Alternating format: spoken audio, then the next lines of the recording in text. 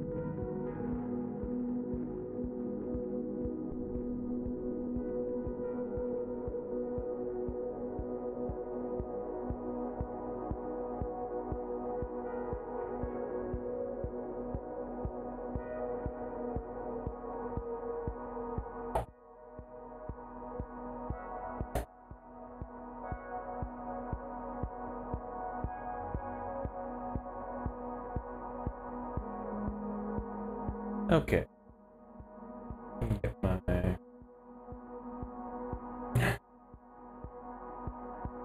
Well, hey, Edwin. I'm glad you joined. Alright. I've got some pretty intense feedback here. Let me see if I can do that. Test. Test. Okay, that's better. Unfortunately, the music's quieter, so hopefully it's not too bad for y'all.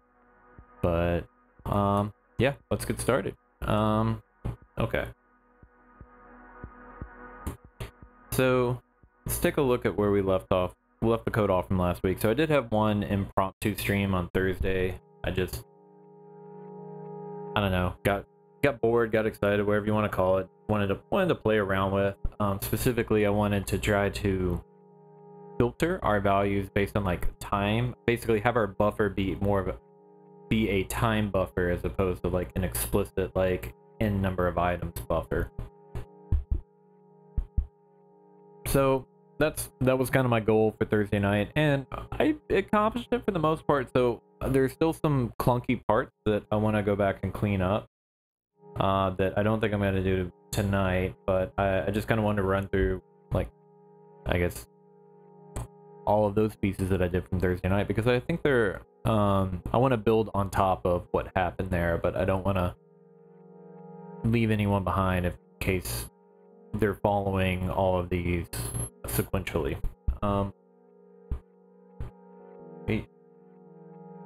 Okay.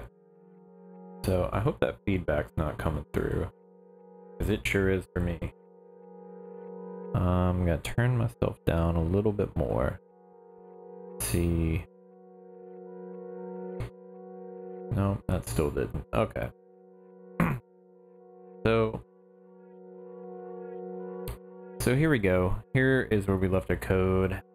So one of the things we're going to try to accomplish tonight is writing a unit test for our trapezoidal function.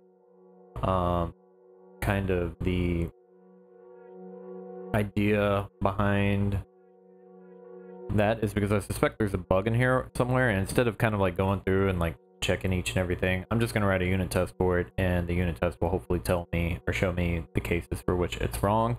It may or may not. I still think it will probably be a good thing to have a unit test around this unit of code, so I'd like to do it. And the other piece is I think we're gonna, well, not I think, I hope to have, you know, basically either one observable that is like a composition of, you know, 4 other, or however many observables we want, but basically we're gonna break up this one observable that just returns our buffer size into n observables where we define the window in which we want. So I kind of settled on, I believe, like 10, like I think it was like 1 second, 10 seconds, 30 seconds, and think that was, I mean, I did a minute, but a minute's long. I don't know, we can try it. But so that's one of our goals, is to kind of break this thing up. Hopefully a way that it's cleaner than what I came up with on Thursday. We'll see. Okay, so one of the first things that we're gonna have to do is, right now our X is just returning basically like the CPU clock time from when it starts, like every millisecond. So I think we want to change this to be a date time. So let's see. Eesh. Alright, I'm gonna try to lower the microphone. So I hope y'all can't hear it, but every now and then I get some pretty gnarly feedback. Edwin, does it sound good? Okay, but charging on. So I think what we're gonna do is, we still want it to be an interval, but I guess as quickly as we can, we want to create a map. So what I think this is basically going to discard the number that interval gives us, and just every time interval comes through, we're going to do date.now, and this should give us back a Unix timestamp, which is you know, number of seconds each. Alright. Which is number of seconds since like 1970 or something like that. I don't know, you should know what Unix timestamp is, but so that's one of the first things we're gonna make. I'm also gonna change the name of this. I think I liked this better, and I ended up calling this Y, but we're gonna end up renaming it anyways for each window that we have, so I'm not gonna bother with that right now. So call this refactor.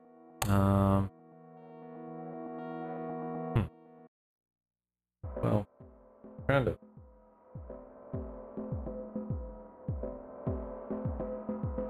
All right.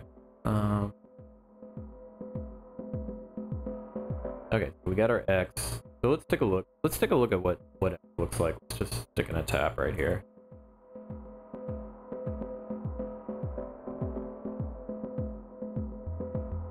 Not the one I wanted. Yeah. Okay. Okay. So I think this is our tab, and this is our subscribe. So yeah. So let's make sure that these are indeed what we think we are.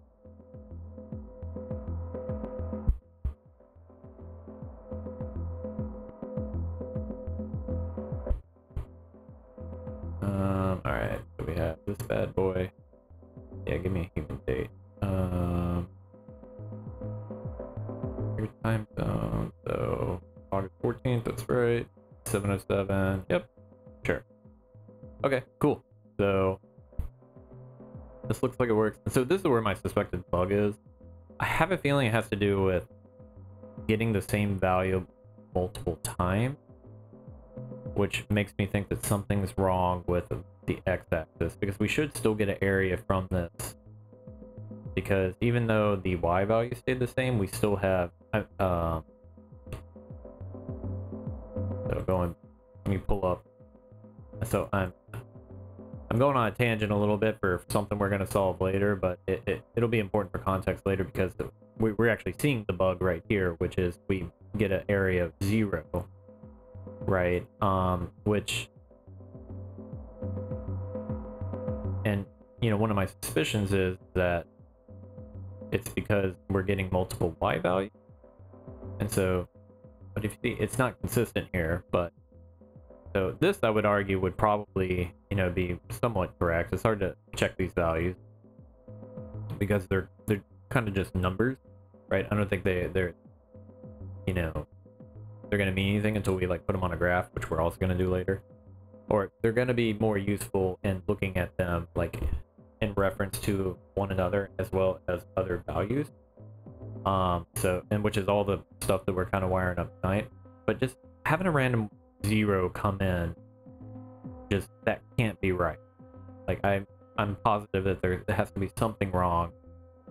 And like I said, I haven't been able to find a rhyme or reason to it. So instead of, like I said, stepping through like procedurally, I'm just gonna write some test cases, and maybe the unit test won't cover what the bug is.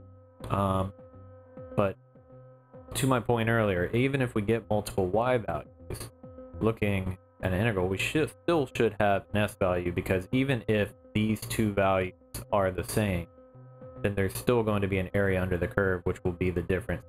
It'll be a rectangle, right, instead of a trapezoid. But, you know, I'm hoping the area of a trapezoid will still calculate the area of a rectangle. Right? Okay. Let's see. So let me check on my comment. Now I'm wondering if me being on the streams is making my internet connection kind of puffy. So let's see. I'm gonna hop off something. Hopefully that'll make my internet better. Also, I mean, you know, it's Cox Internet in New Orleans. You do the best you can do. Okay.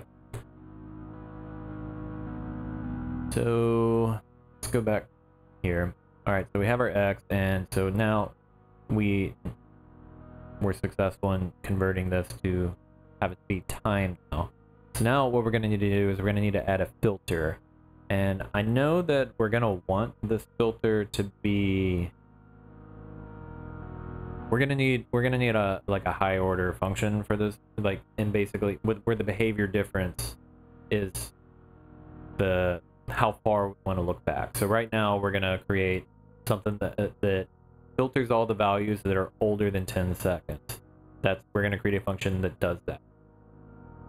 So I'm going to put filter by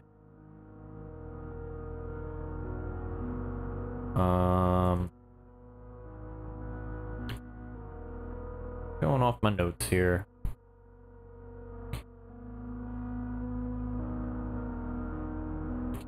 So I'm anticipating getting a value from our list of values that we're accumulating, right? So right now, so if let's do a tap on the other side of this. So that way, just to recap what scan here from last week is outputting. So this should be outputting an array of up to 10 values. So, you know, once the buffer fills up, it'll continue to cap to 10 values every time a new value comes in. So let's go back to, and let's just verify that. Right, so here we are, the buffer's starting to fill up. And sure enough, it caps at 10. And so what's inside of here is a set of pairs, right? So each member of the array is a set of pairs where the 0 index is going to be our y value, this value, and then the second value is going to be our x value. And then this is kind of acts as our f of x, right? This is what we are calculating s for. So just as a recap. Okay. So, and what I'm anticipating here is right now we're doing a slice, you know, of like the array, right? So one of the things we're doing is we're returning a new array with 9 values, or up to 9 values of the old array, and then the latest value appended to the end. And so what we want to do is we want to change this to the latest value appended at the end, and then the rest of the array is going to be any value that was before 10 seconds ago. So anyways, point being, it'd be kind of nice to have TypeScript right now, so that way you could get an idea of, you know, what is inside of here. This is an array of these pairs with a price and a timestamp. Or hell, we could call it X and Y, Y and X. Just to make that a little more obvious of our graph. You know, I'm gonna keep it as price timestamp. Alright. So I'm just gonna write down what I came up with or from my notes, and then we'll cover, I guess, how it works.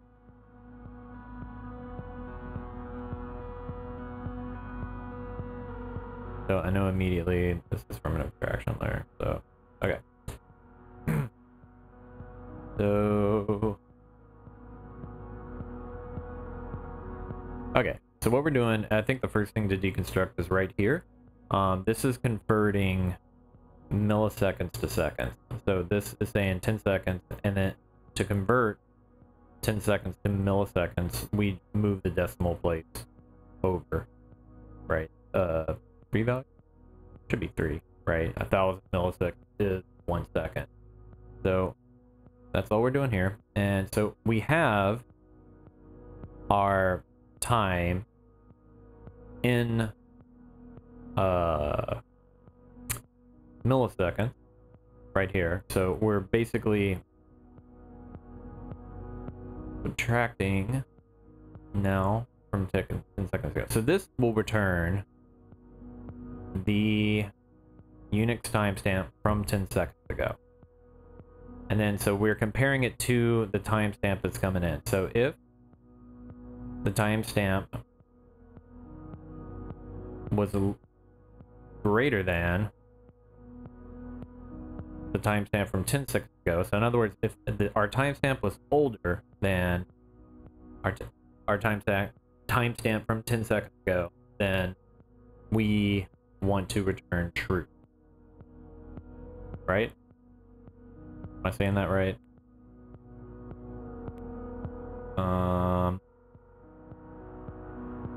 I hope that's right. I'm having a brain fog moment here. Greater than. So the values are going up.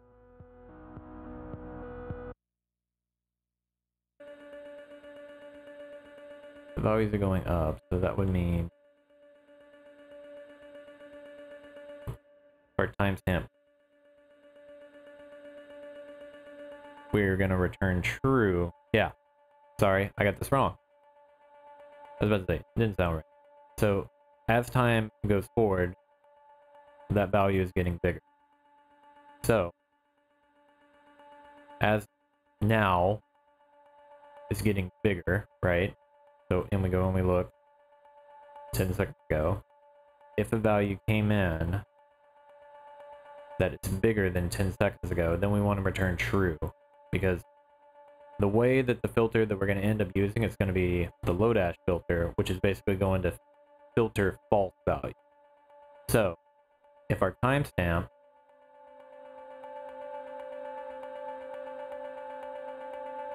is less than 10 seconds ago, then we're gonna return false, which means it won't be in the set that's returned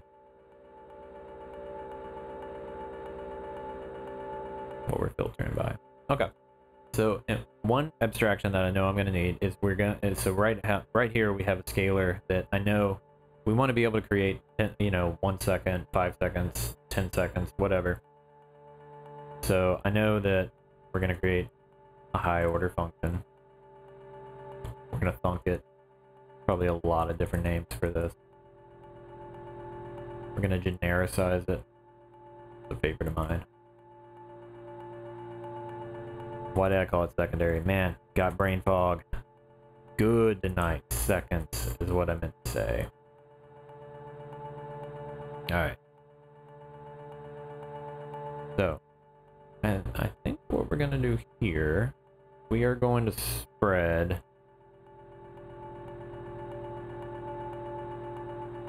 so this is our iterator, and I know that we're going to want to pass the iterator to... So real quick, let's go ahead and create our...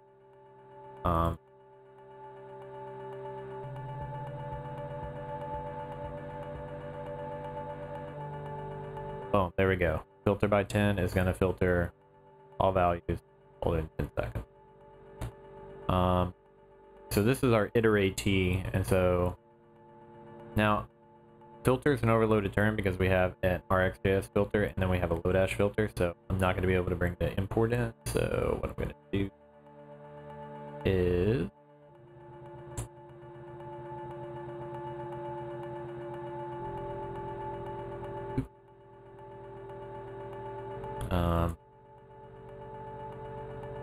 let's just go ahead and do this.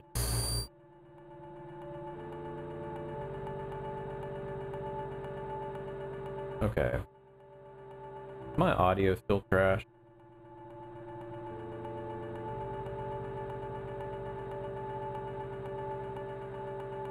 That blast of feedback made me realize I should probably check on that. Let's see.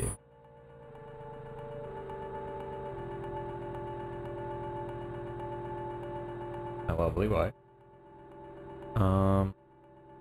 Man. Wish there was a way where I could turn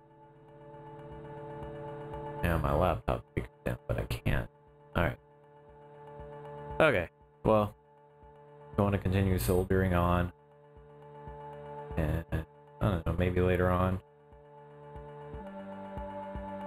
Maybe it'll improve. I don't know.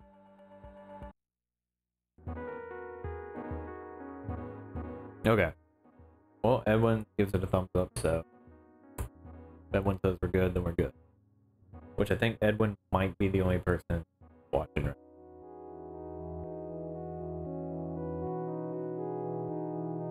But that's fine.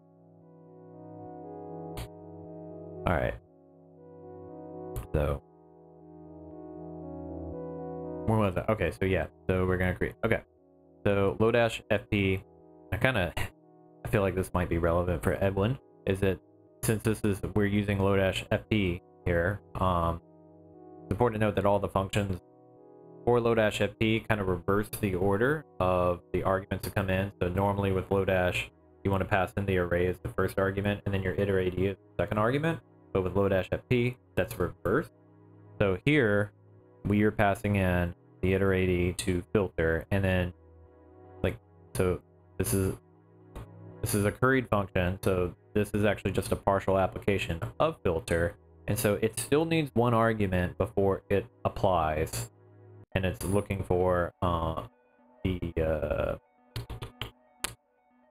array, right? And so the array is going to be our accumulation relay array down here. So, all right. So I'm actually gonna kill the buffer size, and I'm gonna get rid of all this. So we know we're always gonna want the new value.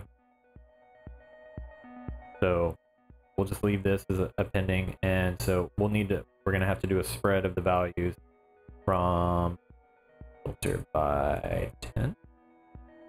Actually, probably something we could do better here.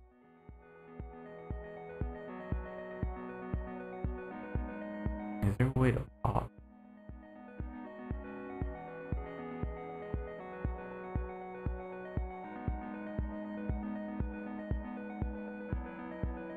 Oh. Let's not get hung up by that. So, okay, so we're gonna filter by 10. Okay, so my expectation here is this is going to return our array with anything older than 10 seconds filtered from it. We spread those values into a new array, and then we plop our newest value onto the end. Alright, let's see if this works.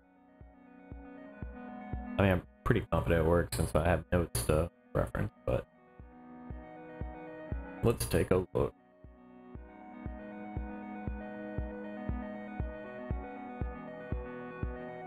Okay, it's kind of harder to check this because, you know, it's based on 10 seconds ago. So what I kind of do is just if this number starts like going down, yeah, see, So that indicates to me that it's probably working. I mean, okay, now this has been a really long time, so so that went all the way back down to 2. Okay, so I'm going to say that this works. I don't want to write a unit test about it. This is good enough for me, just kind of feeling out 10 seconds here and going with it. See, and so it gets bigger as like more values come in. Cool. So, one thing that we want to do, so how to make this. So now what we want to do is, this is obviously the next thing that's going to happen, right? So let's do filter by 1. And we're going to have this just be by seconds, just so I don't have to filter by 30. Maybe 20. I don't know. Filter by 6.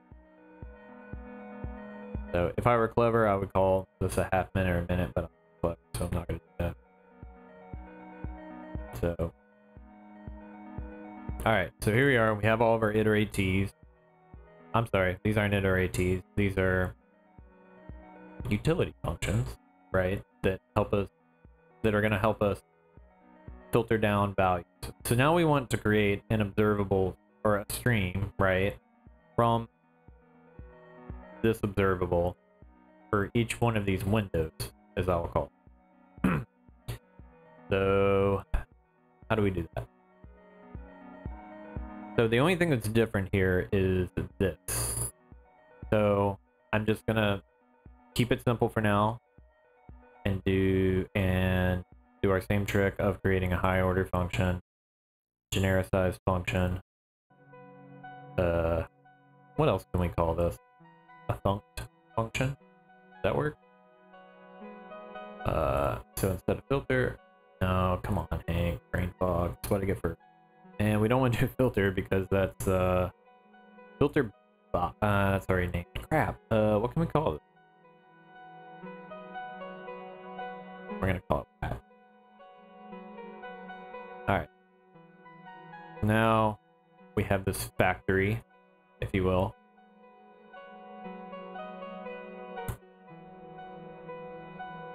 So another funky thing is, and we'll get to this in a second. So this is no longer, so the $sign at the end doesn't really apply here because this isn't an observable anymore. It's a factory function, because this factory function is a function that returns an instance of an object, and so we're returning basically instances of we're returning an observable now from this function. So it's no longer an observable, so the $sign can't be there. So we're gonna say create window. So let's create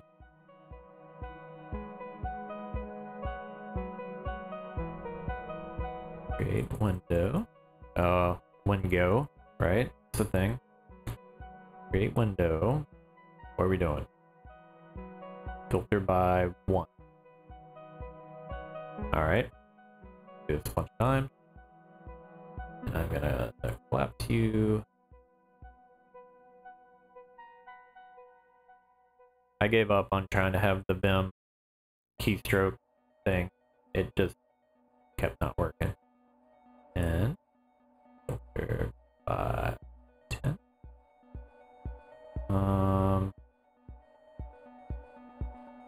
Man, the brain fog is so strong right now.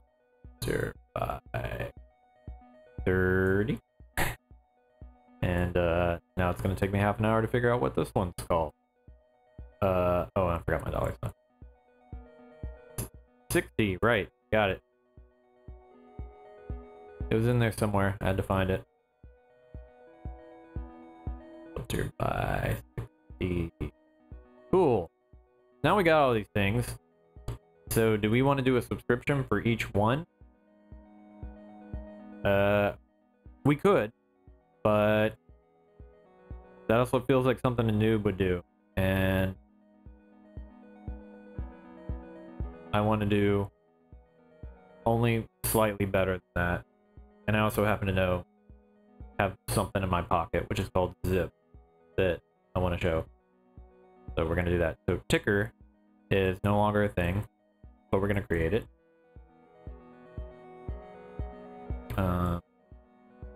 And it is, so now this is a top order. So this is a way to create an observable. One of the ways that you notice is like, because we didn't import it from, it's not an operator. And so I finally am starting, I looked at the code backing operators, and operators are really cool. And it's important. I think I'm going to cover like the subtleties between an observable, an operator, and a subject and an observer, because our observer is very simple. It's always been just console log, just spit it out. You know, later on we're going to wire this into the UI, but it's important to kind of notice the differences between between the pieces of Rx.js. So operators are going to act on an like a stream of observable values. These are meant to go inside a pipe, basically. So Rx.js, now we're going to create a new observable that we want to be basically a composition of these. And so zip, what it's going to do is it's going to emit that. Well, let's go take a look at what zip does.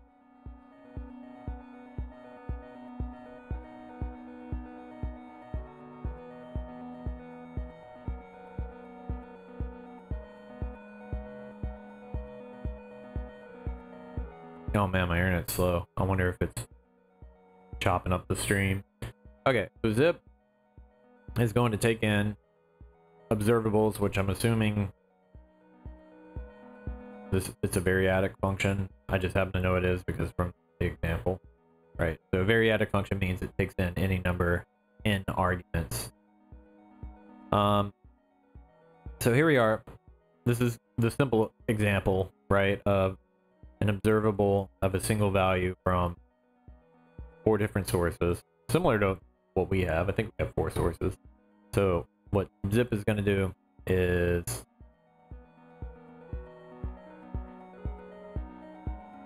it wait until it gets a value from all of them before it emits? When is it in all at multiple observable sets? I mean, I don't think this is a great example because maybe it just emits as soon as it gets. So we'll have no way of unpacking. I guess there's no guarantee of order here, but when one observable completes. Okay, I don't want to get hung up on this because it'll come later, in which we're gonna want to unpack like all these values.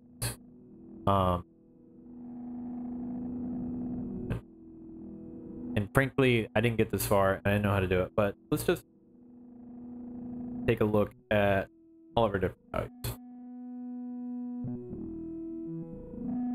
So 10, 30, 60. All right, let's see. Hopefully this works. I really hope this works. I have something different written down in my notes. So far, so good. All right. Why do we get a bunch of zeros? Yeah, and then they all zero out, right? Like that can't be right.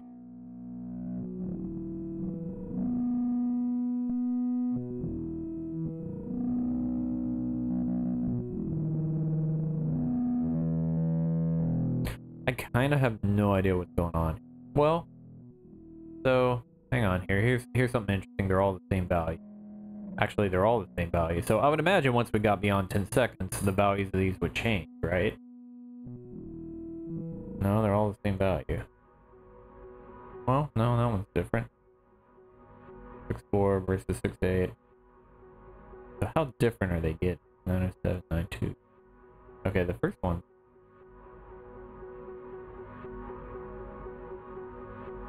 Five, five, five. Okay.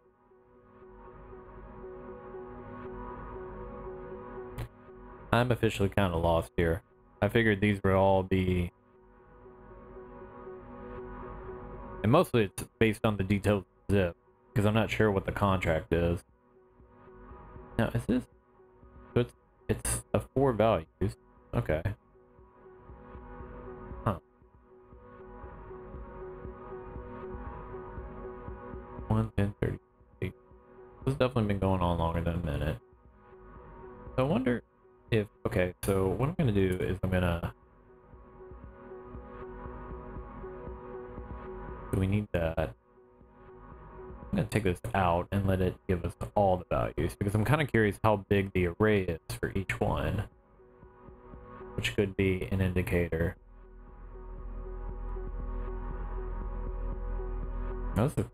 Okay. So...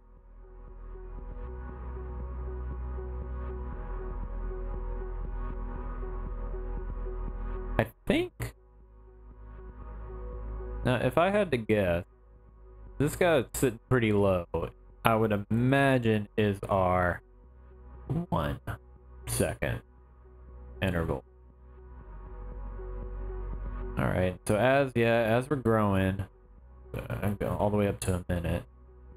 So it looked, I think that those values that were coming through, those were coming back from our trapezoidal function, which I think we know is flawed. We don't know how it's flawed. But, so I think that zip, yeah, this is actually kind of cool. And because I think that, yeah, we're getting an array, and it looks like order is guaranteed. Like, we're always getting 1 here, we're always getting, like, with how we pass these in, which is perfect. That's exactly what we want, because eventually, you know, what we're going to do is we're going to map. Every time a value comes in, we're going to map each one of the values to a UI graph. So I think another, you know what, now that I'm thinking about it, actually I don't want to distract right now, so. Okay.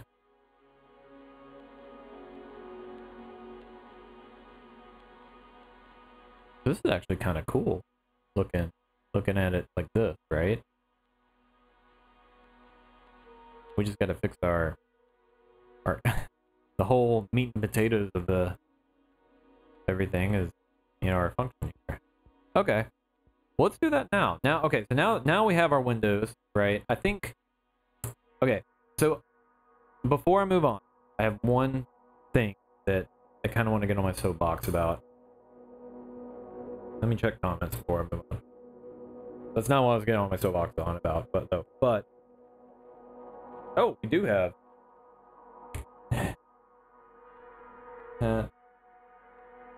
changes over time. It doesn't. Pretty much everyone knows.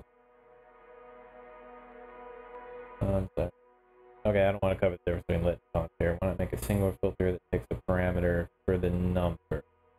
I think that's what I did. And maybe that's just an old comment that I missed, right? So yeah, right here, single. That's not what you're talking about. Maybe drop in a snippet of code, and I can try to better answer your question. And the difference between lit and const, that is just not something that's worth arguing about. I like lit. You are right though, like the implication with constants is the value is not going to change, and so a lot of these are actually constant. But I like to know whenever I'm blowing out a value, like if I name something else filter by, then lit will not, or does lit.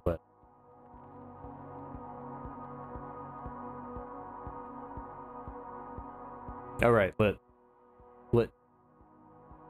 You want to name the same thing twice when the same closure. Anyways, honestly, those things aren't important. So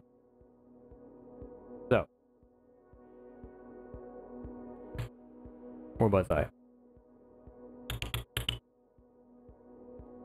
Oh, right. So there is still an improvement that can be made here. We still have an array that we're holding our value in, and at some point I would like to be strong enough with observables to where we have a scan and we have an observable that maintains a set of the emitted values based on the filter that we're applying here. I know that it's possible, and I think it's possible through something called a replay subject, or through subjects and through a specific subject called replay subjects. So that is something that I'm going to explore, but I don't know enough about to, I think, tackle at this point. And frankly, this works for the values that we're using. So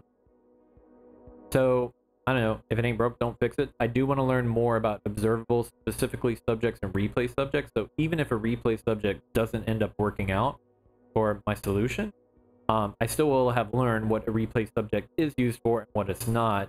Because if I apply it to this, it doesn't work for that, then I know a replay subject's not good. So,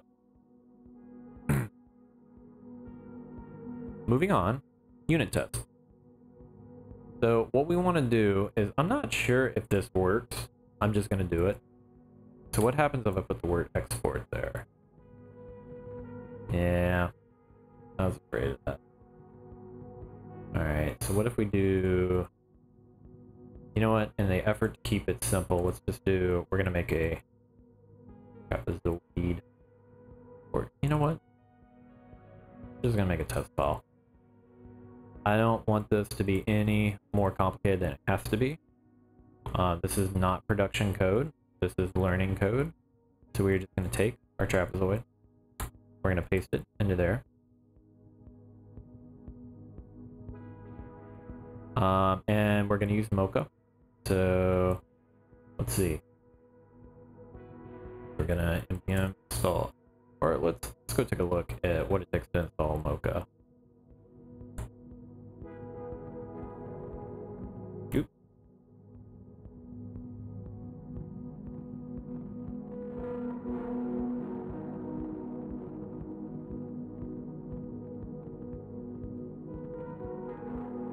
Alright, how do I install you? You know what? Yeah, let's do it globally. Why not?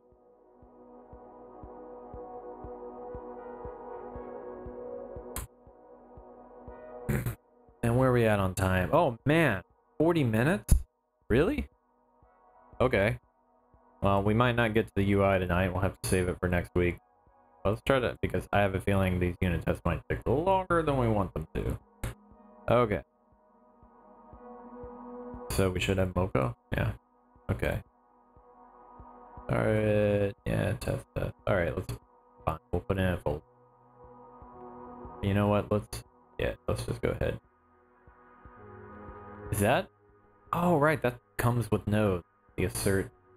Because normally you have to install Chai along with Mocha, but I guess this is just if you want to do fancy stuff. But we're not doing anything fancy.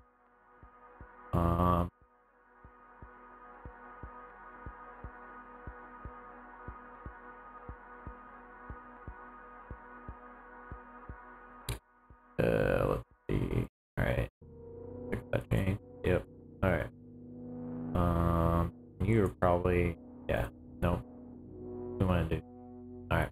We're gonna paste in all this new good snazziness.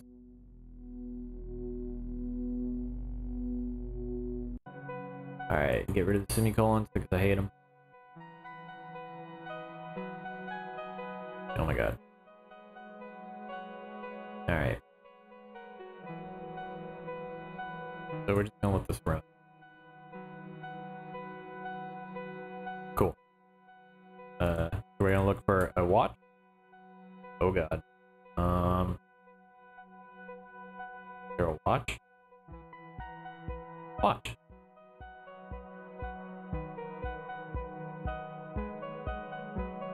Okay, cool.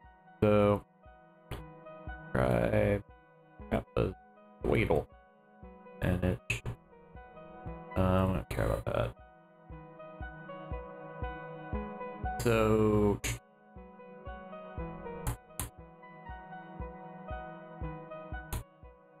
Alright.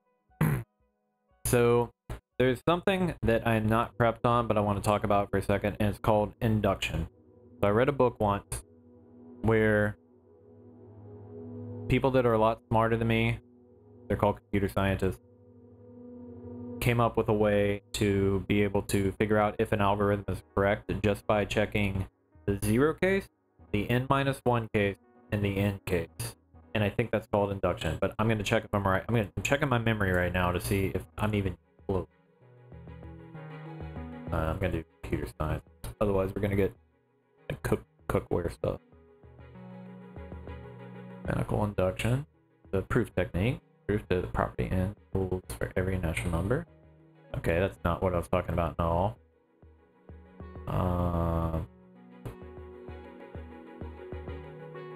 One natural number, then it holds true for the next n plus 1. Okay, I don't think I was right at all on what induction is. Same thing is true for the first case, the same thing is always true for the next case, and the same thing is true for the every. Okay, so I think it means we need to solve for n equals 1 over n in induction. So show the statement is true when n is 1 for every natural number. Because it's true for 1, then it's also true for... Okay.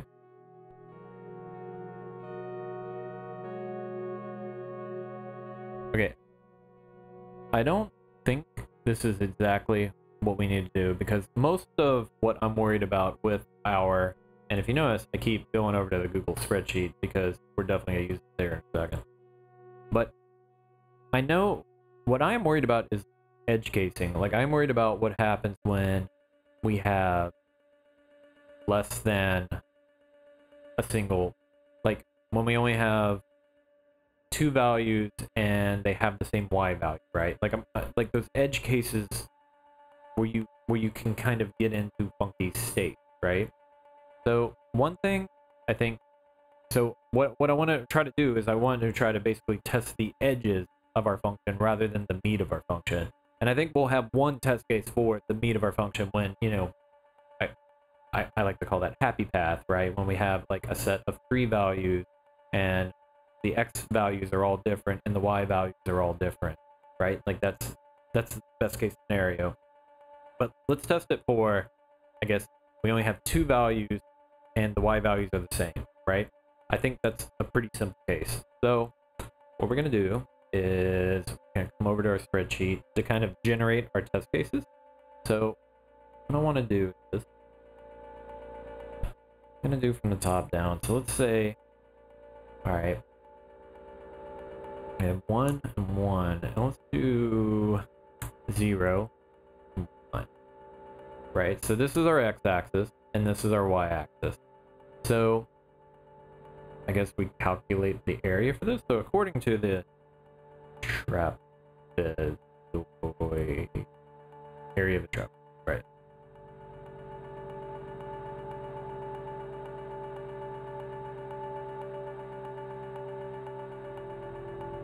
All right.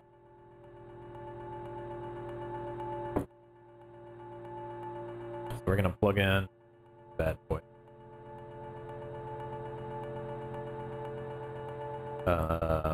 Okay, so right, so this is our left. So again, just to keep us frame of reference here. A is going. This is flipped on its side, like so. Rotate it this direction 90 degrees. So A is going to be our left bound here, and so the left bound there is going to be this row in the spreadsheet. So A is going to be 1. B is going to be 1. H is going to be minus that. So there one is 1. So boom. Area should be 1. So I think that's important to keep this stuff very simple. And using nice, pretty numbers here. Alright, this is our first test case. Let's bring it into a unit test. Okay. So how do we create an array of this, right? So let's do,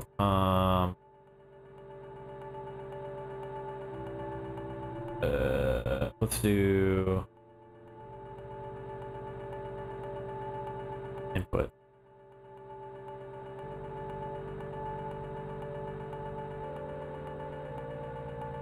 So it's going to be an array of values, and now is this? Oh man, I wish we had types right now, because this is an array of what? I know that it's going to return a number, so I can tell you right now, just to keep consistent, expected equals 1. Also, we're going to get rid of that. Can I convert these to a arrow function? Just, you know what? I'm not going to. I'm not going to be that guy. All right. 1. So what we're going to do is wrap the input. All right. So we are expecting trapezoid function to do our input, and it's going to return 1. And we're basically going to wire up, I'm not even in the right browser, these values. So I think this is going to be the first element of the array. So what did we decide? So we decided that f of x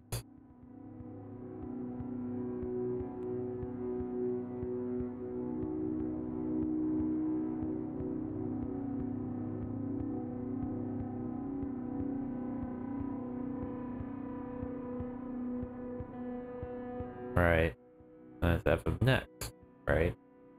F of x next. Alright, so f of x is the 0 and the x of our current. So, right, so for the first one, it's going to, we're going to have, alright, so this is our f of x, which is our left value. And it's the x value. That means it's going to be a 1, and then it's going to be a 0. So, and then this is our, so we have x and x next. Right. Maybe I should put these next to each other. Make it a little more clear. So this is our left, right? This is going to be our left. Going to be our right. And then kind of hidden here, going to be page. Make things clear.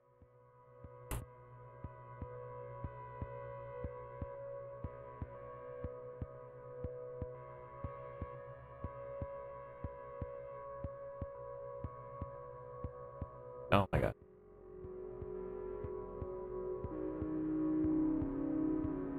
Alright. So we have that. We have H. Maybe we just call it A, this is B. Alright, yeah, let's do that, actually. So let's call it AY. This is going to be AX. And this is going to be BY. And this is going to be BX. Right? Yeah. Okay. So the next was B of X. I really should have done like a refactor. F of X is AY. And what was that? F of X. Right, so that's going to be Y. Okay. And I think, right, that maps to our function. Area of a trapezoid. So, right, Y, right, 1, 1, and right. Yep, I think we got it right. Alright. So, I already like this refactor and the way this looks. Way better. I have a feeling it's going to be like something in here, like the I value is not right. Or we don't even use value. I mean, we could, if we wanted to, we could get rid of this and do value.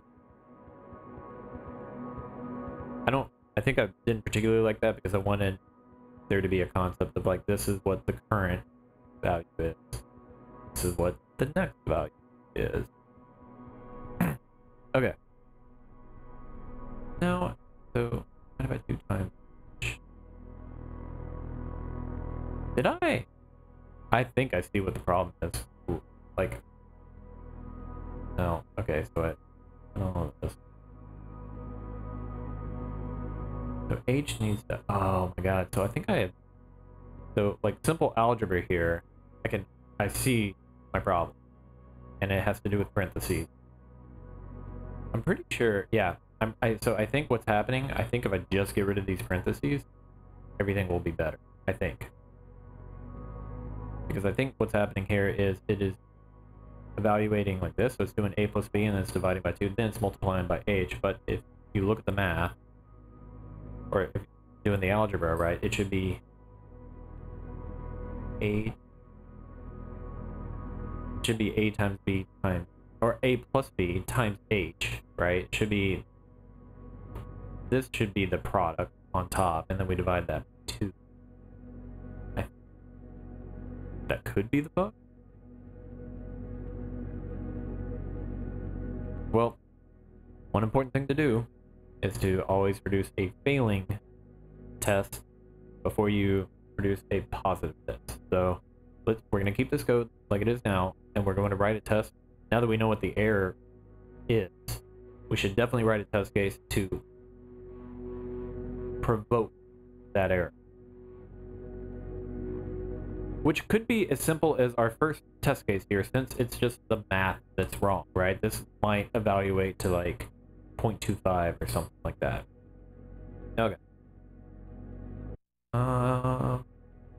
Okay, we did all that. Alright, so we gotta set up our test case, so we're doing this. Alright, so this is our, and fortunately this is backwards where it's y, x, whatever. So 1. So we have a y value of 1, and then we have an x value. So it should be this minus this, and this plus this times this minus this, or then 2. Alright. Do a Mocha, say. X is not 9. I do ex minus. Oh, yeah. That passes. Dang it. So far removed? Well, okay, hang on. Alright, so copy this test case. Let's just add another that. Oh. So, okay, add well. I think what I want to do.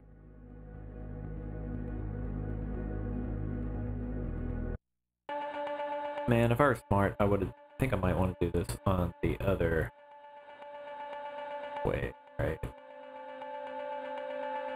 think I might want to do 1, 1, like these are the y values, like do a, I think that's a pivot, right? So now this is x value, so I can do equal this plus this, right? It.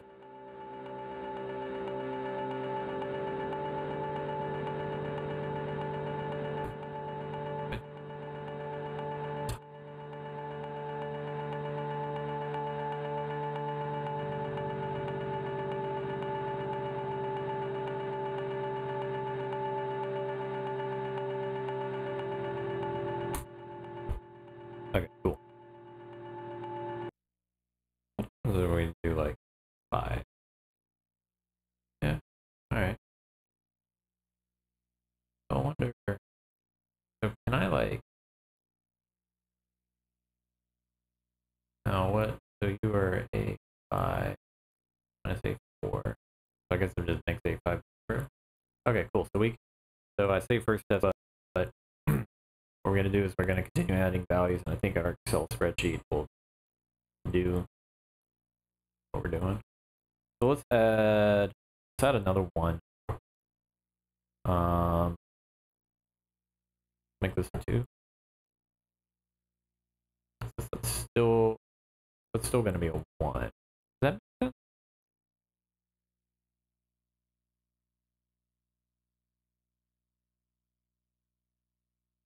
So the area here is going to be 2 minus 0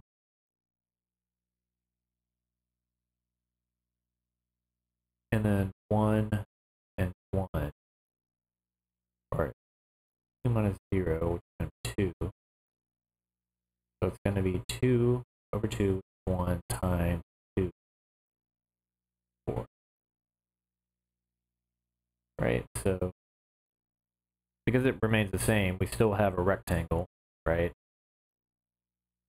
So I think something's wrong with what you're saying. You're saying A4. Oh, right. That actually kind of makes sense because it's just doing these values.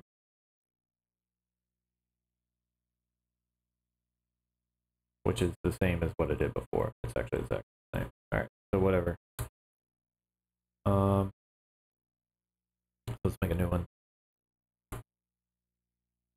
Well, I guess maybe we don't. Bring in a third value. So this should also be 1. So let's just enter that in as a test case.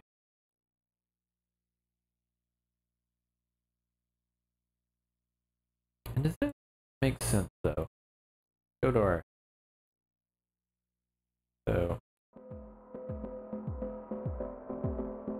comment. Yeah, I have a feeling it might be my internet. It apparently is being grumpy tonight and not doing a great job for my stream. I don't know what I can do about it, short of move to an area that has AT&T fiber or AT&T something or another. It's better internet, but I'm probably gonna come and go tonight, unfortunately, which is sad.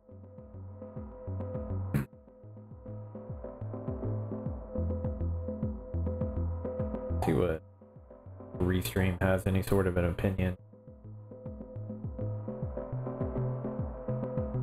about.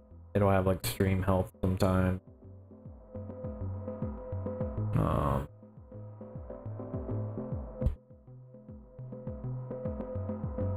Well, it seems to think I'm alright right now, so anyways, I'm gonna keep going. Alright.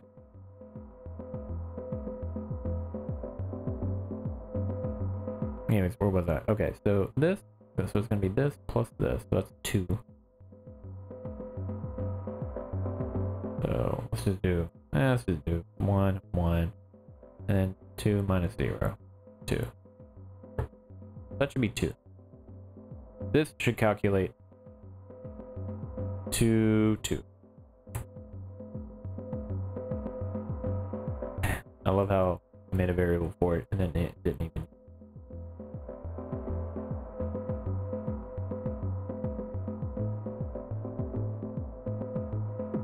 Alright.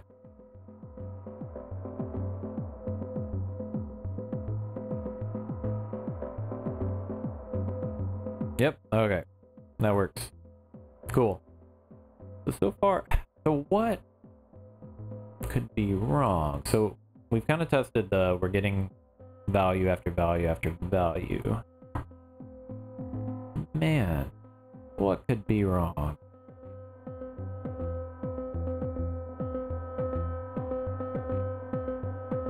Alright, well, you know what? Let's continue with our edge cases. So, let's test one value. This should be 0. Alright. What else can we test? Maybe a declining value? Well, let's try it.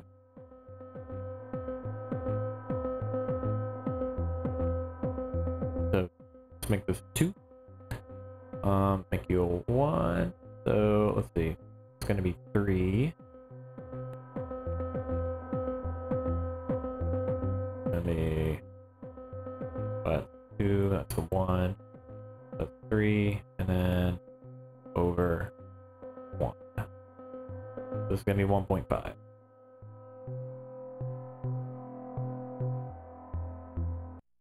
Yeah. All right, that's not the bug.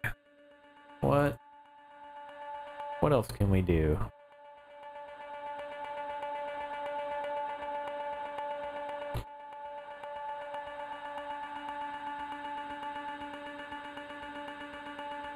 Hmm.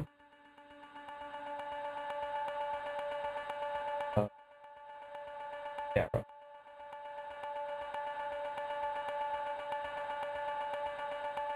Let's see. Let me check on, see what OBS says about the stream. Yeah, it seems to come and go. I don't know or think that there's anything I can do about it, unfortunately, tonight.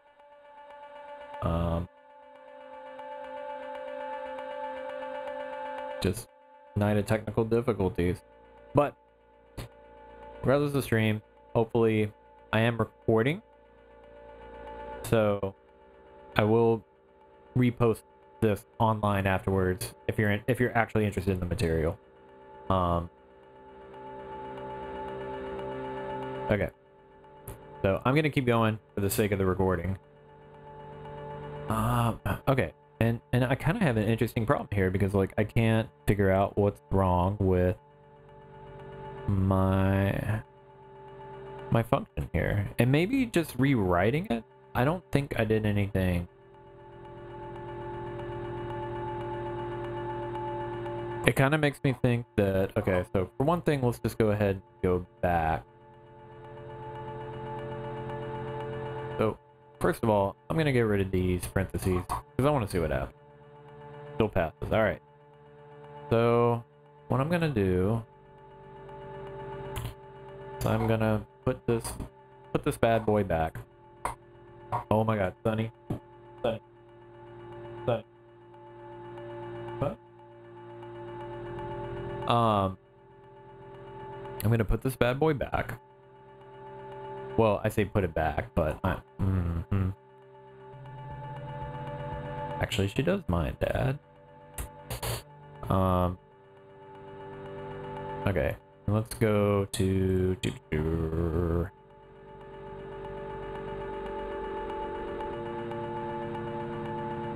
man, that can't be right, right? I mean,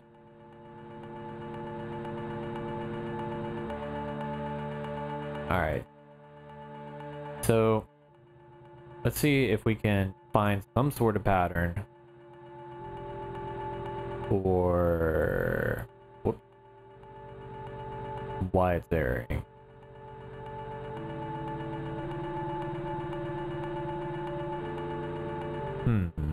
All right.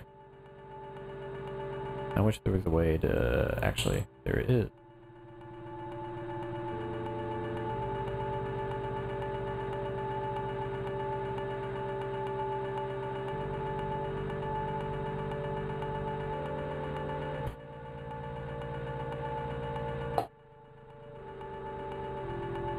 Okay.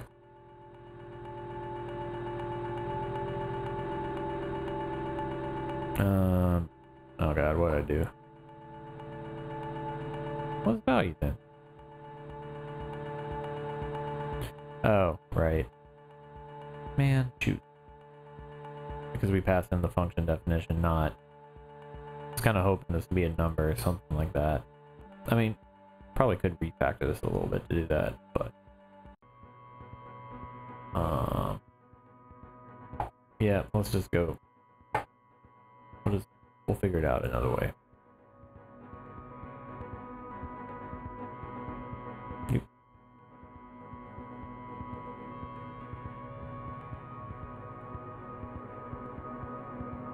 Alright. We can kind of get a sense of this. Alright. So here we go. We got our zeros. Might wait for one more zero to show up. One more set of zeros to show up.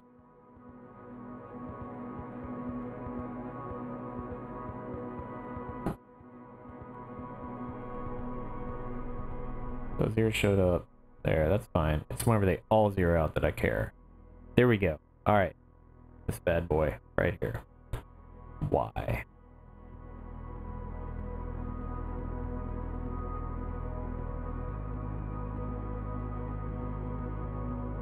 So,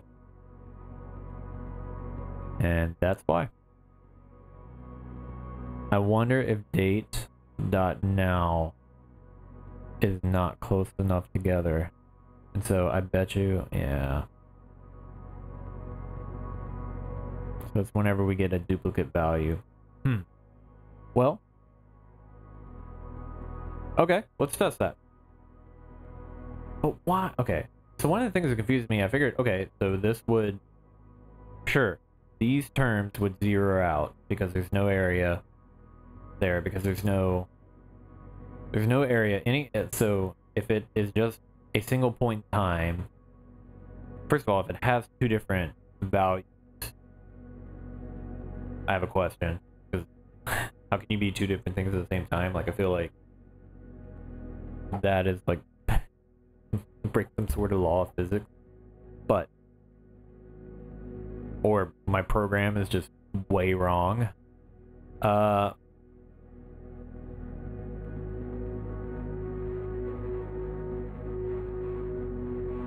So here's our test case.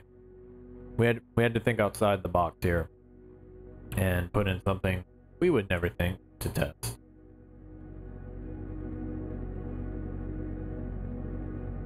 Alright, so we are going to actually, where's our input with 3 values? Nope. Nope. Yep.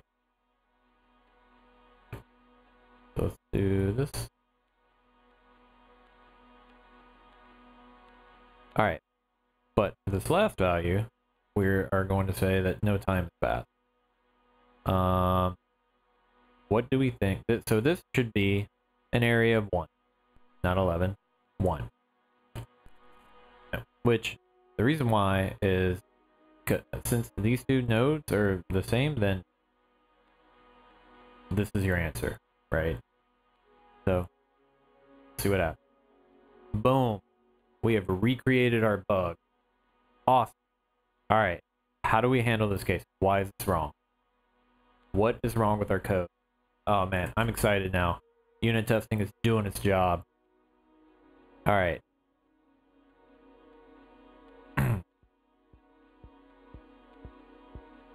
Is it, I bet you it has to do with like 0 is getting multiplied. So, or actually, now here's a question. Oh, oh, oh, oh, we're not doing a reduction. This is a map. There's our bug. We found it. So what's I mean, we're not adding up all of the areas. So what we have to do here is we have to do ACC, which is our accumulation, plus the area of each one of the slices. So what was happening was, is anytime we got duplicate values or values where the x-axis was the same, which we should be able to handle, right? That should be mostly, our algorithm for the trapezoidal should ignore that because that is going to be an area of 0. So it won't really affect the output much. Though there is, I mean, so if this mattered under like a different context, we could do like a distinct until changed, I believe it's an operator with RxJS if we wanted to do that. That way it won't re-emit a value it's already seen. But I think this is cleaner, right?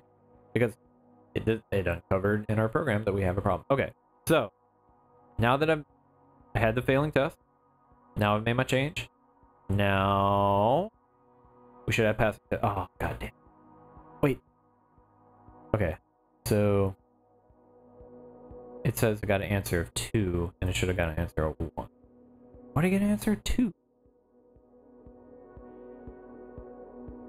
Should it go 2? Alright, let's think about this. Yeah, 1, 1.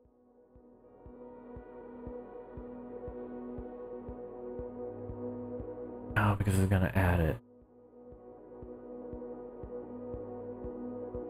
Well, the distance between these two is 0, so this should return 0.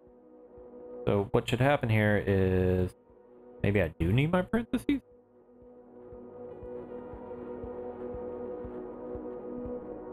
what should happen here is bx minus ax.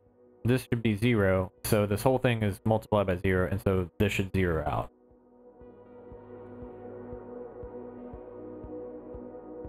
Still no. Okay. Well, take a look at h here. And we are going to think... Is there an it dot only? Is that a thing? Wait. Why did that pass? Hold on. Okay, why is that? Oh, something else is blowing up. I think.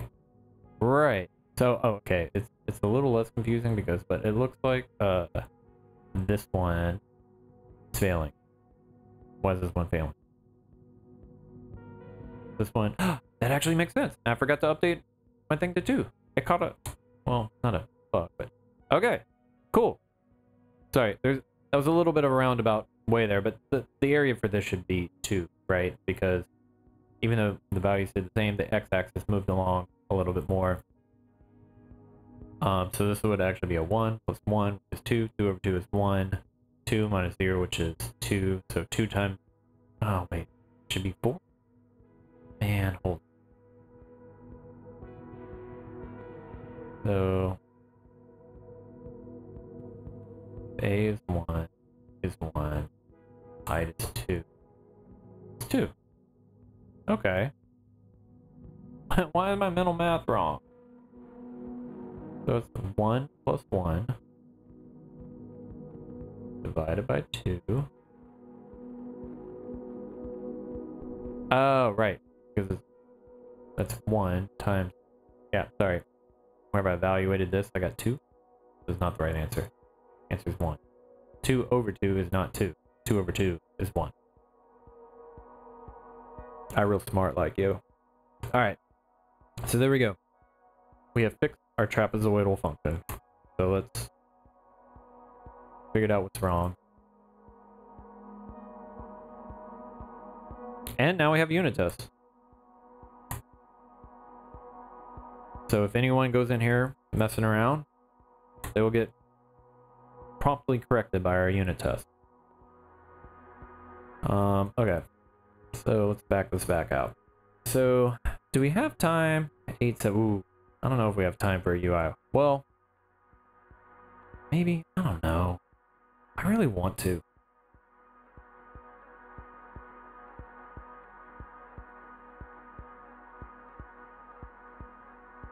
I kind of also want to sit here and watch it for a second. Make sure I get no 0 values.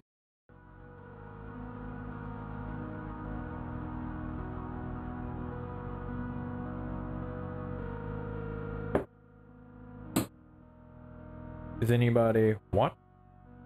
We got any? Okay. I wonder why these two came in.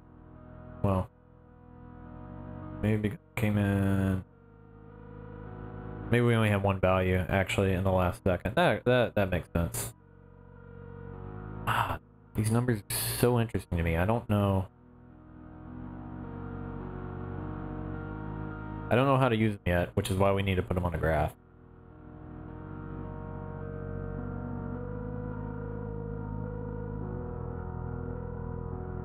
So I also think that one of the reasons why I might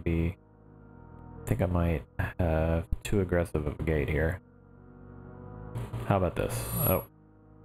Yeah, I think that's one of the things that's going on.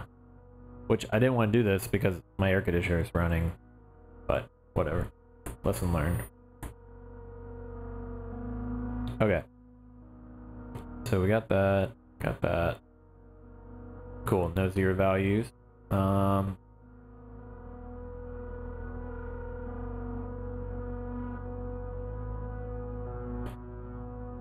Alright. Let's get us the graph going. So I kind of did a brief... Oh, yeah, that's what I wanted to do. Yeah, actually. Okay, top result. We'll go with it. So yeah, this one was SVG based, which I like. So not for any particular reason. All right. Oh, they're responsive.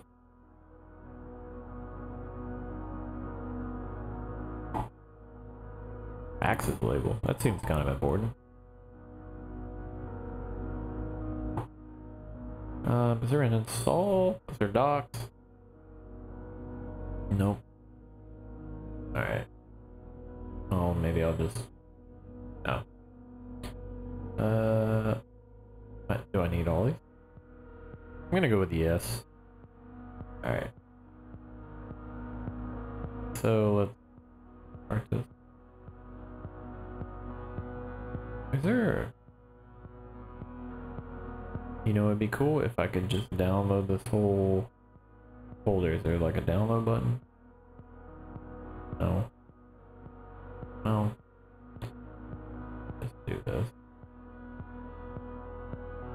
How did I do this before? Like a... Alright. So... Alright. I don't think this is the best way to do this, but we'll try.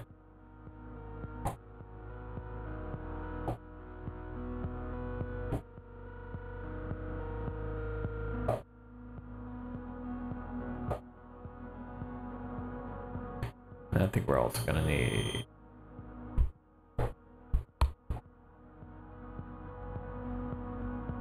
just yeah.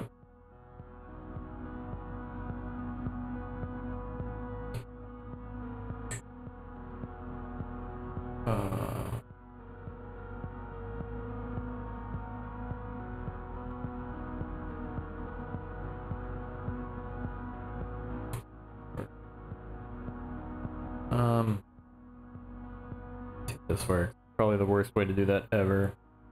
Is there CD? Oh, come on. I didn't know this was down here.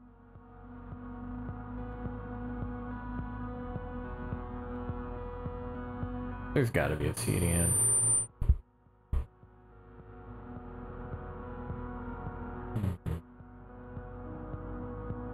Okay, alright, yeah. Cool.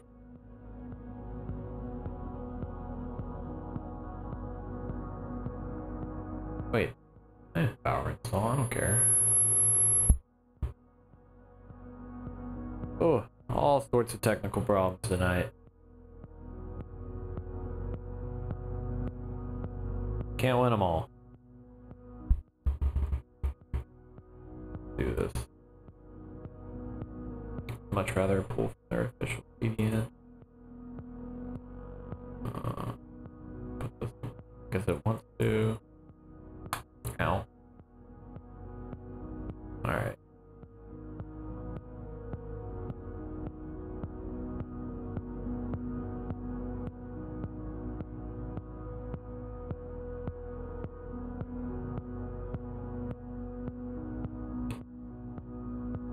Where's my favorite aspect ratio? Actually, I like 4:3. That's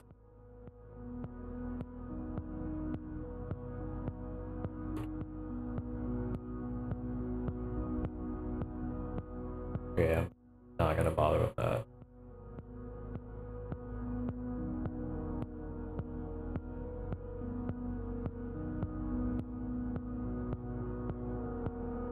What takes up all available space?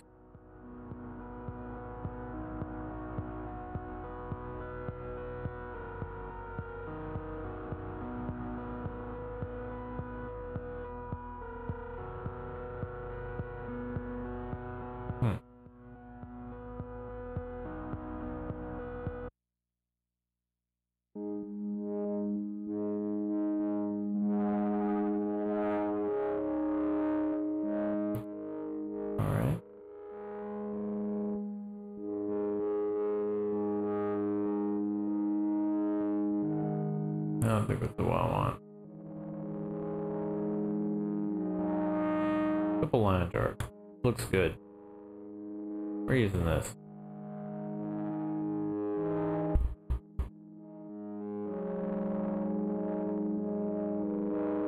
So I have it, yeah.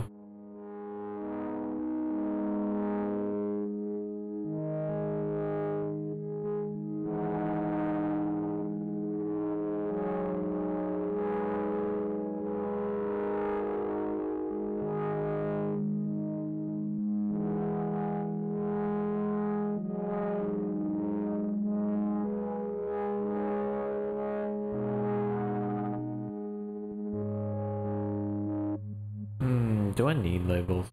Probably. Alright.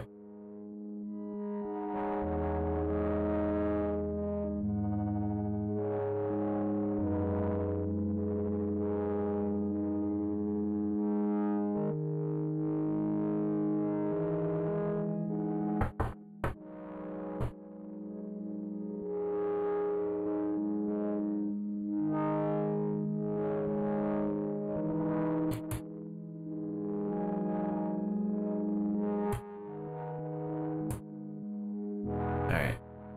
I'm not talking because I keep getting feedback. What? Yes, it is.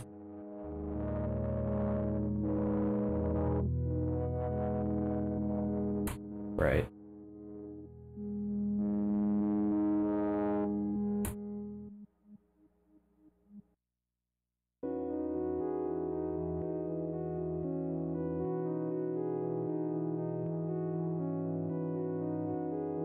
I looked at Chart.js. Actually, let me check it out real quick. There was something I didn't like about it.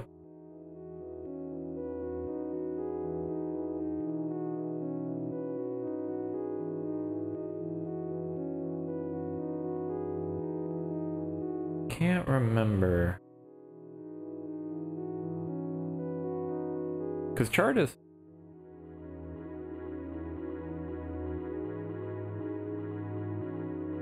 I think it might have been because it uses a canvas. And I wanted SVG for no particular reason. But I did try Chart.js. Not that I'm like I think it's great. If you like Chart.js, like use it. But for whatever reason, this just jumped out to me as like kind of the quickest to market. So I just use it, and it's SVG. I like SVG. I don't know why. I think it's because it's responsive. Like it's easier to, you know, handle different screenshots. I mean, Canvas can too, but you have to do more like, I don't know. You have to change the JavaScript that writes to the canvas, right, to kind of handle the different widths and sizes. But anyways, no, I think this is good though. But like I said, I just kind of picked this out of a hat. Okay, where were we? I think, yeah, problem was I didn't, and then the DOM's gonna need to be there, so everything's down there now. Thank you. Lovely white frog dinner again. I don't deserve her. Okay. Don't complain about chart though.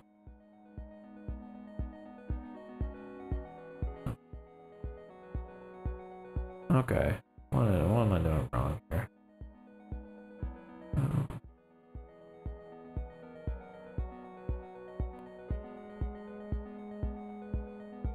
wonder why. I feel like this is something simple I should know.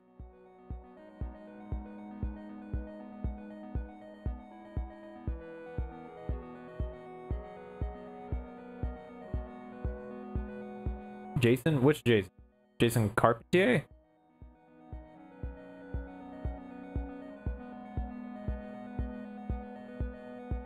And you don't like any JavaScript. I don't know if this is a stream for you, buddy. Alright.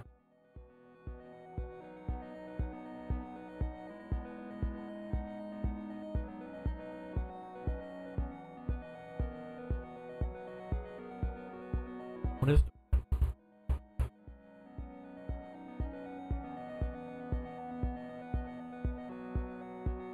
Yeah.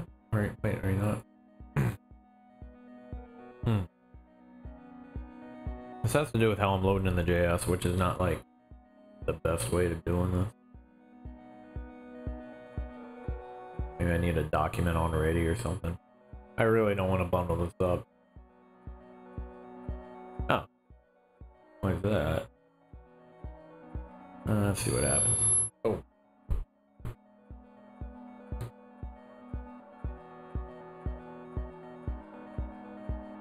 Oh, cool. Alright. Oh. Wait. As high as it goes? Come on. Full height?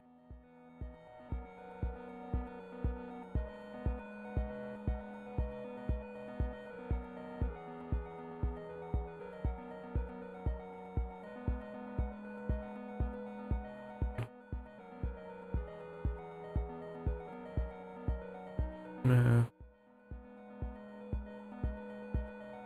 Get a veil applied.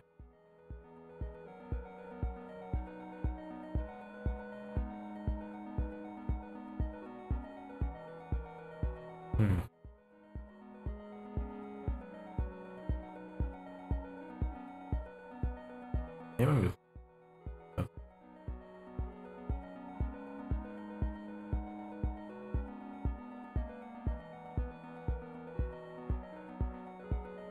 Well, thank you for tuning in, Jason.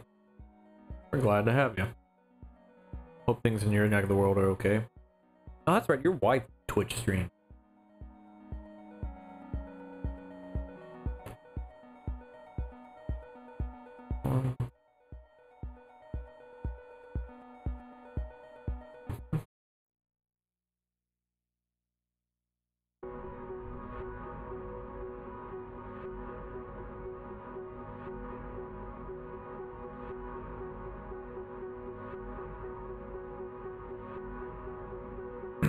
You know what? I really don't feel like fighting with CSS right now.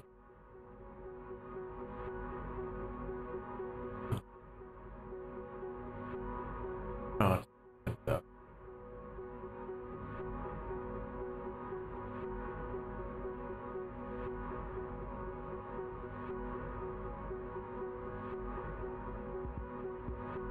Just to make it look sane.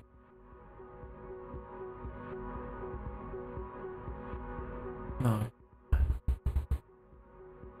The Chartist won't fill it? Yeah. Alright.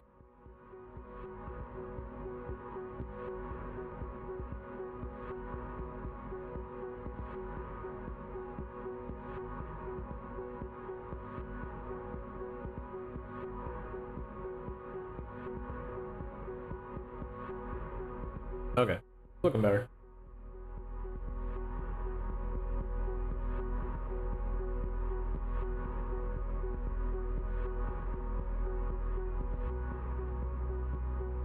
Oh yeah, believe me, there's been plenty of struggling going on.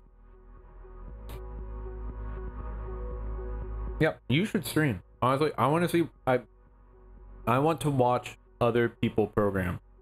Like, and it's kind of nice. Like, I watch other people on Twitch program, and they're usually like Java devs or something like that. But like, I want to see, like, I want to watch other like programmers who I know program and like see how they approach problems. I really do.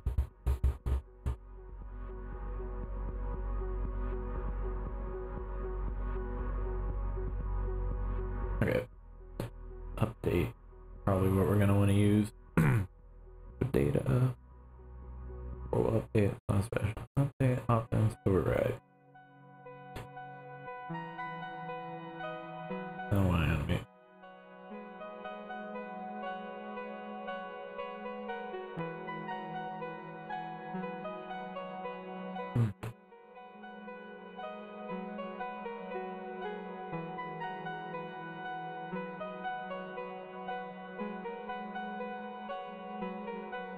I'm gonna go back and check my notes here, because I know there's a way to update the values with Chartist. My dog scratching herself. But I forgot where I put it, to be honest.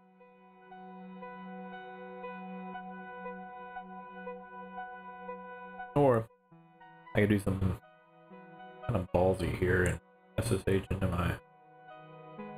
I know it's there.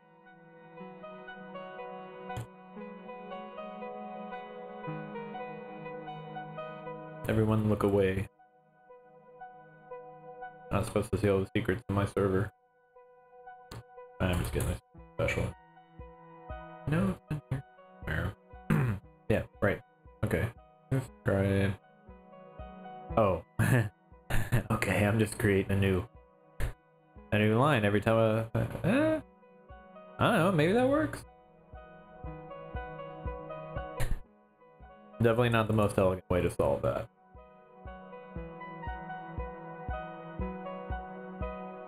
Alright, let's try it. So, finally gonna start messing with our observer here.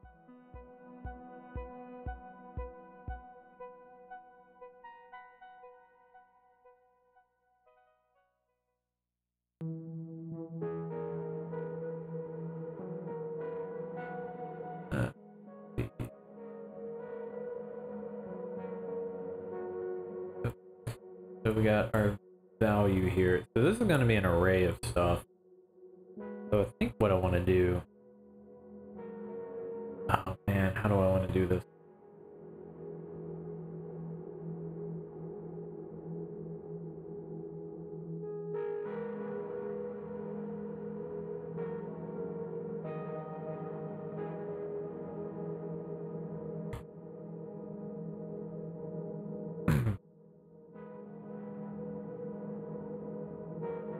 So I know we got 1 through 4. I want...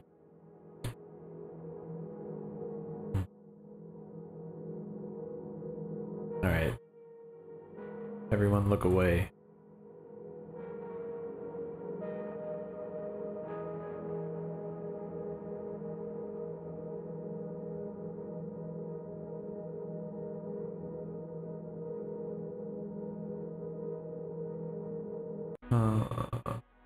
Well...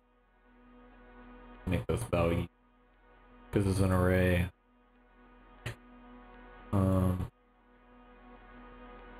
Series? Is that the singular of series? Sequence? Sequence. Oh no.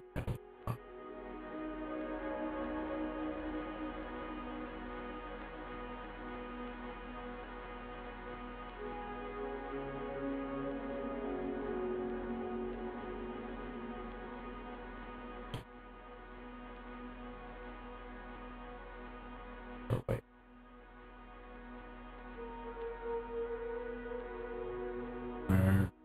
Trick here. And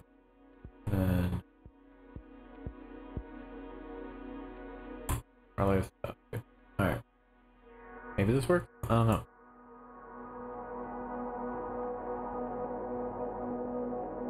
Oops. Please work. Okay. We should probably see what's happening here.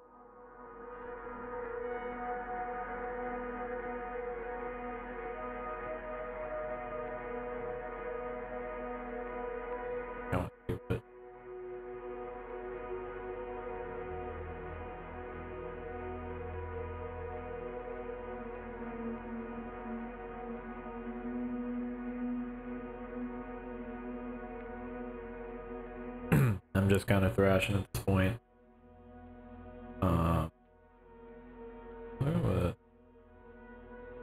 Give some labels here.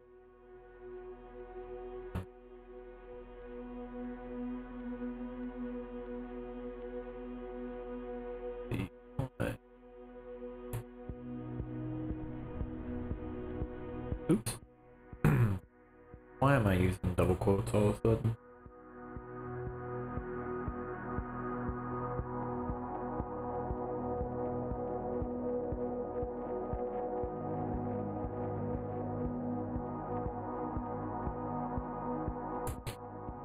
Good enough.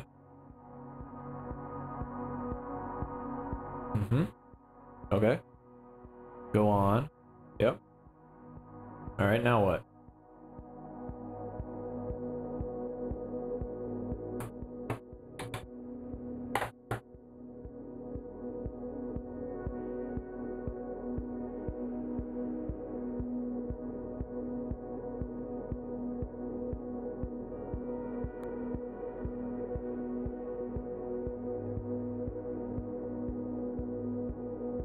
No, right. I think we need to feed this. Bunch of empty values. This is what I get for writing hacky code.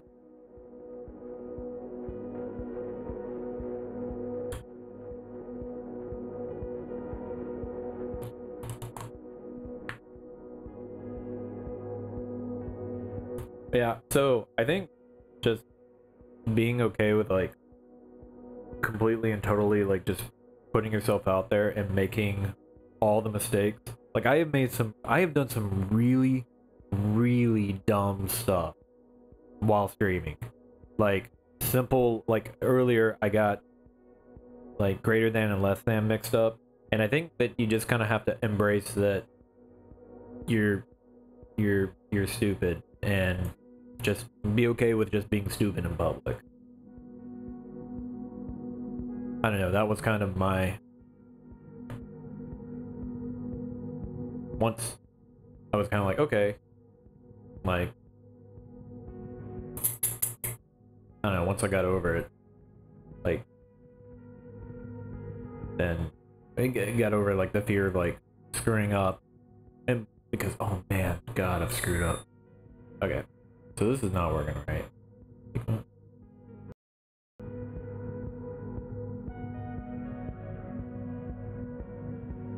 So at least it's giving us the last value. It looks like probably keeping them in the right order. Yeah, that looks right. Yeah.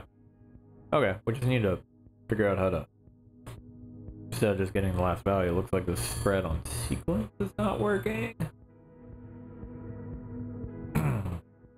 Why?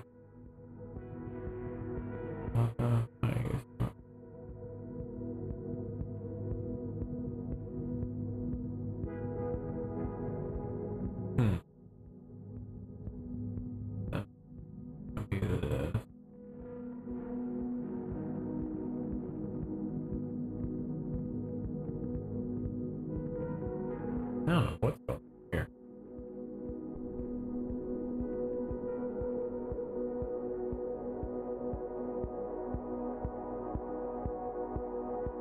Yeah, thank you.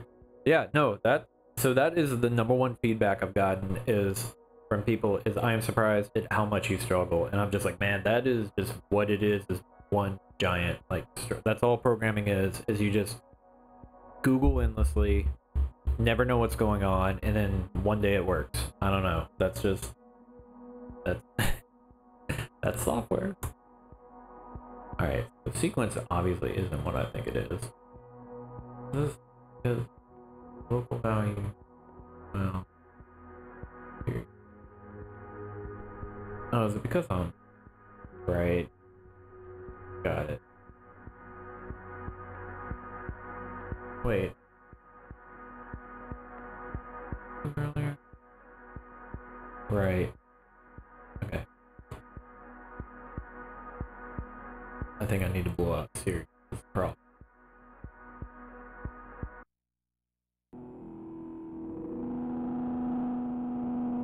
I'm just too used not being naughty and doing stuff like this. You should not do stuff like this, but I am. Just to see if we can get pretty little graph. Then we can go ahead and clean up later. Alright, so far so good.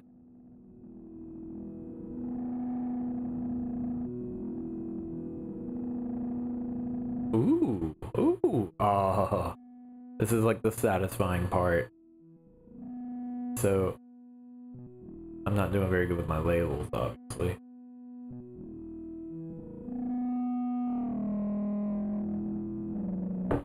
And I also don't know which color is which. Is there a way to do this with Chartist?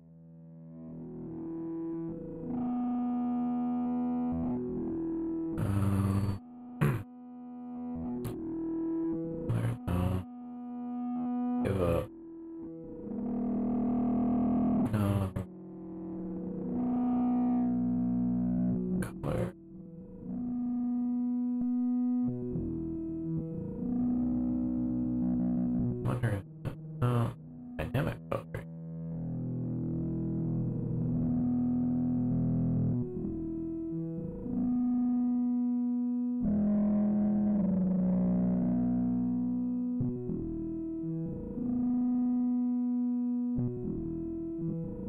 No. I don't want to do clever stuff like this. Oh, is there a way I can give these bad boys... Well, the labels aren't really going to help. I mean, okay. So I will say that I think we can figure out which is which, though, based on our time series. So this one's obviously going to be our 1 second interval. I don't have a hover. Whatever. This is obviously going to be our... Not obviously, but this is probably our 10 second, this is our 30 second, this is our 1 minute. And this kind of makes... I don't know. I don't know what any of this means yet.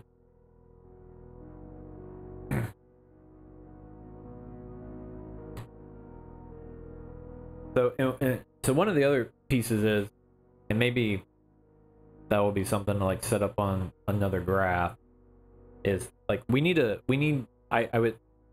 know how these relate to price, I think. So I don't know, it might be better or easier to do 4 different charts with each time series and then just have it along with the price. Because I have a feeling scaling might be an issue, because like, you know, it's already kind of hard to see what's up with I guess it's probably mostly 0 because they're coming in slow. I don't know, 1 second is a really tight interval, and maybe that's what we're finding out, is that maybe 1 second, like, only every now and then we get a 1 second interval. Let's do that. Let's kill our 1 second interval. But let's make a new one. Let's make a...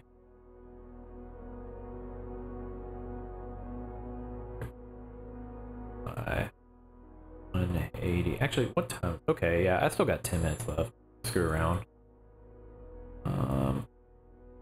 So let's do 120 because so speaking of dumb mistakes, I thought 180 seconds right now was 2 minutes. Like, that just happened live on the air. My variable name is even called filtered by 180 because I thought that was 2 minutes. So 120. Let's see. All right. 120.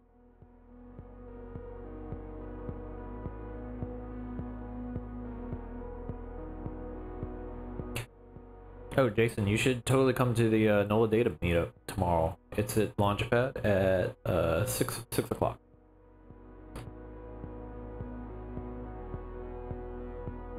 I forget who, but Robin, I think Robin might be her name, is presenting about Splunk, which is something I know nothing about. I'm super interested. Okay, so 120. Ooh, that was cool. Oh man, I wish I would have kept that. Oh, let's let this run for a minute. Now that we have a 2-minute interval. There's also part of me that thinks that maybe we should not broadcast values, or we should not emit values until the buffer's full, which is, I guess that's harder to do with a window, right? Well, I mean, it's not hard because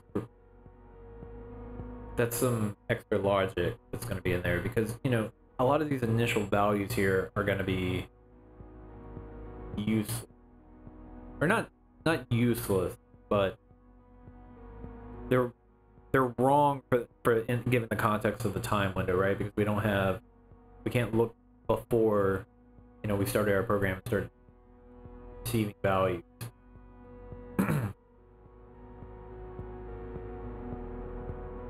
Ooh, that guy bombed off.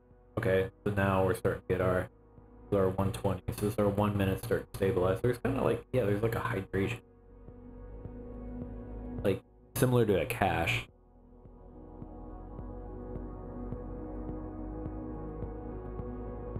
Where it kind of levels out and actually starts to react to the prices that are coming in rather than just having more value act upon.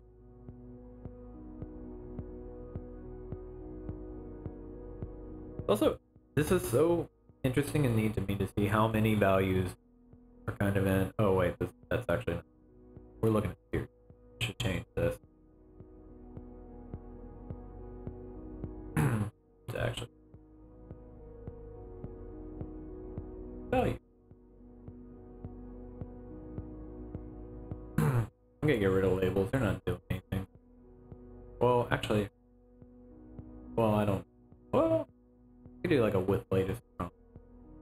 I don't know if you can do a with latest from that observer though. I'm not gonna.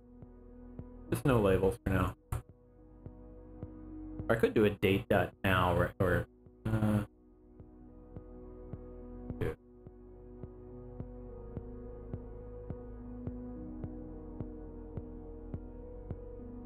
That moment.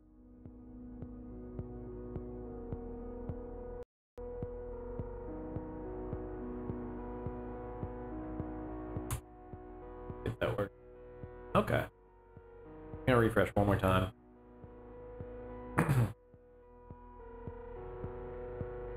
What? What are you talking? Oh, right, because push doesn't.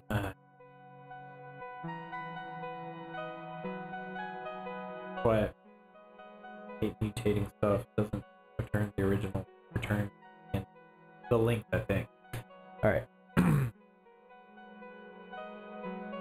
So, labels and data.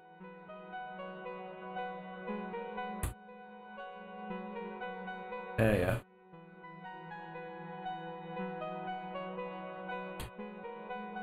That's right. I did. Why? Just showing one label. Every time I get village. What?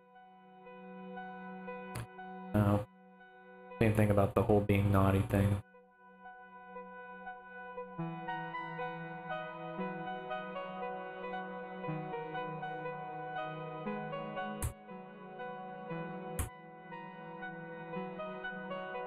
I'm gonna make you taller. 81. No.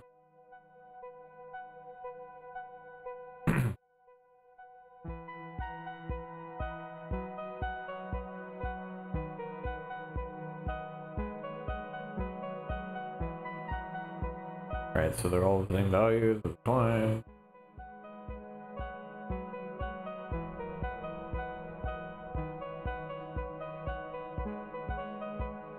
Oh, no. That wasn't showing anything interesting. Okay, we do have our labels, and these are incredible labels to look at.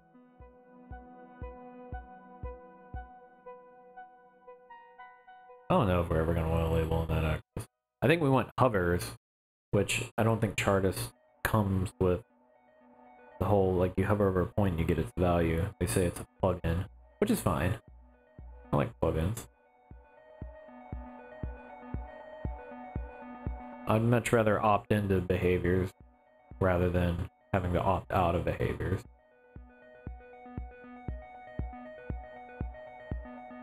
Yeah. That's so cool, and like, why is that different? Right? Then, yeah. It must have to do with when the values came in for the window.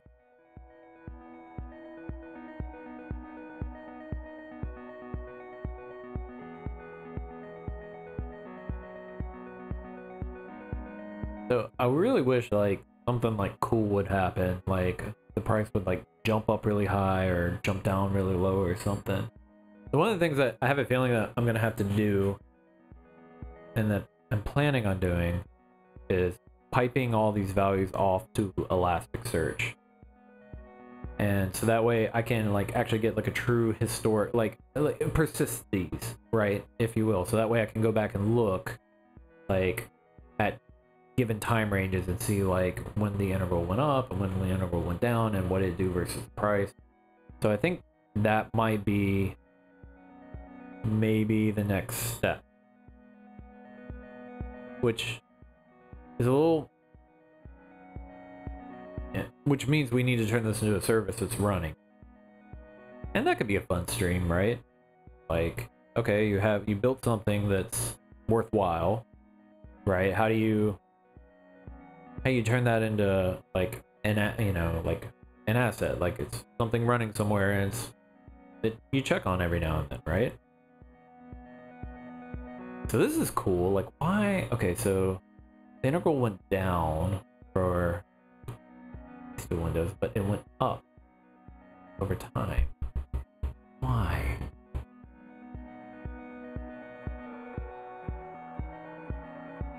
I don't know how to use this information yet. That's part of the data science part of this. Is like now that we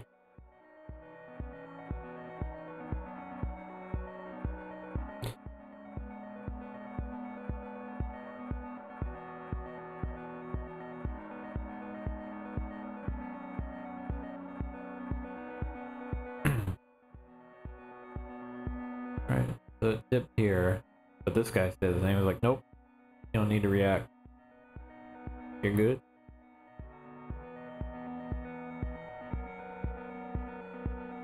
Same thing. I'm so interested to see the price. You know what?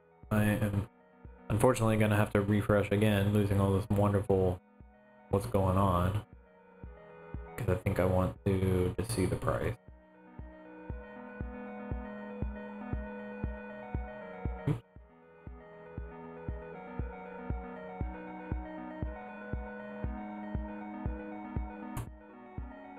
I think I'm gonna export this, yeah.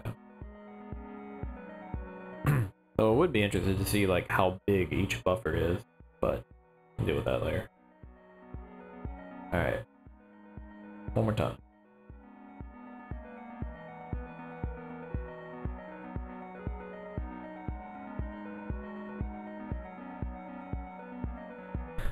So just look here for the latest value. So kind of so the same price keeps coming in over and over. Okay, which I guess like, the integral would go up. It should like go up slightly then, right? Because time's going on. Maybe it stays. Yeah, no. As if it stays the same, right? The integral should go up because there's more area underneath the curve. Unless the entire buffer's full.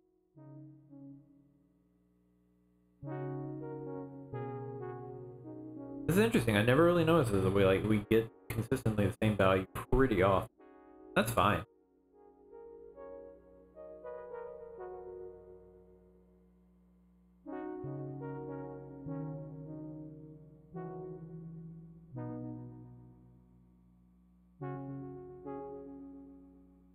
Oh, so what? Okay, what happened? Oh, oh, looks like nothing. Maybe a bunch of value fell out of this window. Oh yeah, sorry.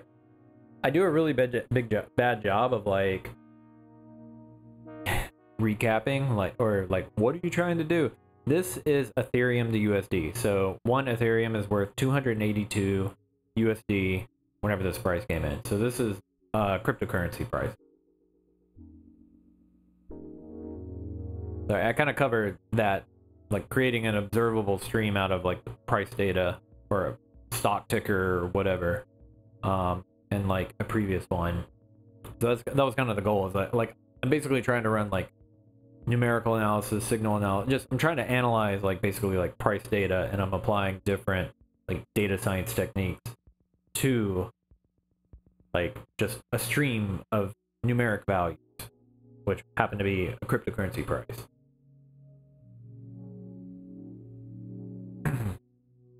Okay, but it's 9 o'clock and I have to go take care of the chicken. Actually, no, I don't. My landlord's back, but I'm off the hook on the chickens. But it looks like we're getting the same price over and over again, or it's not changing much. Which I guess that makes sense for. Also, like, when it's very like reactionary to the time, because I feel like these big jumps are whenever a value comes in and like we lose like 10 values that came in, like if there was like a clump of 10 values and then like that finally falls outside of the window, then that like drastically changes like the area under the curve, which is interesting. I don't know how I feel about that. But I mean, I guess it should, right? Because it's still just calculating the area under the curve, and the number of values underneath the curve actually isn't as important as the length of time of the curve, right? So if there was like a bunch, like 10 values, and then there was like a long gap, and so those 10 values like fall off, and then we lose that gap of area, then the area is going to go down a lot, if that makes sense. Okay, but I'm gonna call it a night. This is a pretty good spot to leave it. I'll push it. So for those that don't know, or I'm pretty sure it's just Jason right now, but whatever. So I have this published as a WebSocket stream under my GitHub. So if you go to Hankate's WebSocket stream, I kind of have some tag, I tag the state of things after each stream. And I have these like branches where I basically push my notes. So if you want to see my note taking, you can look at the branches, but for the most part the tags are going to be the more history, like, you know, there will be a 814 post stream tag, which I think I need to put. There's a tag I haven't pushed actually, yeah, for 807. But anyway, so if you want to see the code at the end of each stream, then just look here. Master is the current head. If you want to go back streams, take a look at the tags. All right, have a good night, y'all. Yeah, thanks for tuning in, Jason. It was great talking to you. Oh my god, how do I stop the stream?